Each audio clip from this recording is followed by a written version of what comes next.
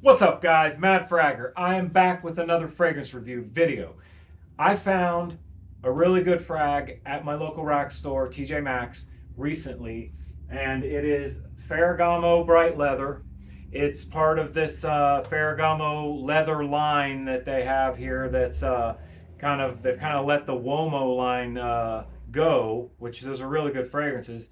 And they're doing there's this one, the bright leather. There's a red leather. There's a spicy leather. There's a leather intense, and then there's just an original like an EDT, Ferragamo EDT. But they all sound interesting to me. I'd like to check them out.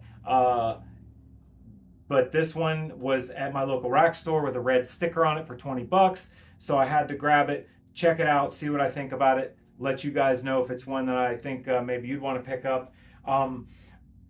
Off the rip, I can tell you this is a 50 ml bottle, and it's EDT concentration. You know what? Let me double check. Yeah, EDT. I just want to make sure I'm giving you the right info. But yeah, the bottle is really cool. I love the classy look here, and it's got like this kind of like a matte texture going up this middle strip. But I really like the bottle a lot. And the 100 mils, the same bottle, just bigger. I think it probably does look a little more impressive with a bigger stature. This is just a little 50 mil, but my gosh, with all the fragrances that I have, I've learned that sometimes just getting a 50 mil is fine because I'm never going to wear too much of any specific one to begin with. So, but yeah, this does come in 100 mil. It is a budget. I would call it a budget fragrance. It's in that $40 range for the 100 mil, I believe, on this one. And don't expect this to be. This is a fragrance where going in, you want to know what to expect, and that is this is a subtle fragrance that's not meant to be loud. It's not meant to be a head turner. It's supposed to be a subtle, casual kind of fragrance that I'm not saying that it rides close to the skin the whole time, but most of the life of this fragrance is going to be this rides pretty close to the skin. This is not a high projecting fragrance, but it smells amazing. It has a really nice freshness to it. In the open, you got some bergamot up top and some grapefruit, and then some herbals in the mid, and then into the base there's cedar and patchouli and musk. Um, it is a really pleasant, non-offensive, like easy to wear fragrance that I would say if it did have more projection, more longevity, more performance to it, that would be fine. I mean, I would be really good. But the fact that it is what it is good as well. Is like it's very satisfactory at what it does, and that is it smells amazing. And it does stick around for a good amount of time as far as longevity goes. This is going to stick around for about 7 hours, 6, 7 hours longevity as far as longevity. But the projection is soft. It doesn't have a real hard projection on it at all. But up close, when somebody gets in your personal space, this thing smells great. And like from what I know and from what I've seen, a lot of times if you're in an intimate situation with somebody where you're up in close personal quarters, then you want something that's going to be a little more subtle. You don't want something overpowering. So if you're going to go to say like a job interview or like even a first date where you know what I mean, you're just you don't want to come on too strong, like this is one that smells really nice close up, and it just doesn't make itself announced to everyone around you. But for the purpose that this fragrance is supposed to serve, and for what it's supposed to do, it does it brilliantly. This is a wonderful smelling fragrance.